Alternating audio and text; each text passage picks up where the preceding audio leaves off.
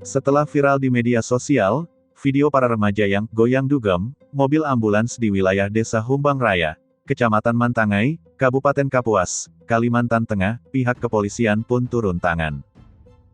Semua yang ada dalam video dan terlibat dalam perekaman dipanggil pihak Polres Kapuas, Selasa tanggal 24 Agustus tahun 2021, malam tadi. Terungkap, 5 dari 6 orang adalah mahasiswa IAIN Palangkaraya yang sedang melaksanakan KKN di desa itu. 3 yang ikut bergoyang di ambulans diiringi musik remix, 2 lainnya merekam video. Sedangkan 1 lainnya yang goyang dugem di kap mobil ambulans adalah warga desa setempat. Mereka pun meminta maaf atas apa yang mereka perbuat.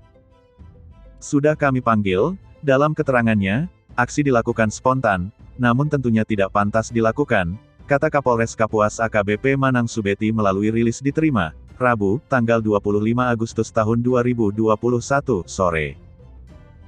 Hasil pemeriksaan, pihaknya pun menerangkan aksi tidak terpuji mahasiswa itu dilakukan, Sabtu, tanggal 21 Agustus tahun 2021, sekitar pukul 10.54 waktu Indonesia Barat.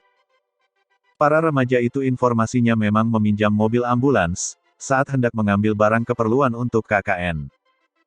Pihak kepolisian pun memberikan pembinaan kepada mereka yang terlibat dalam video viral goyang ambulans.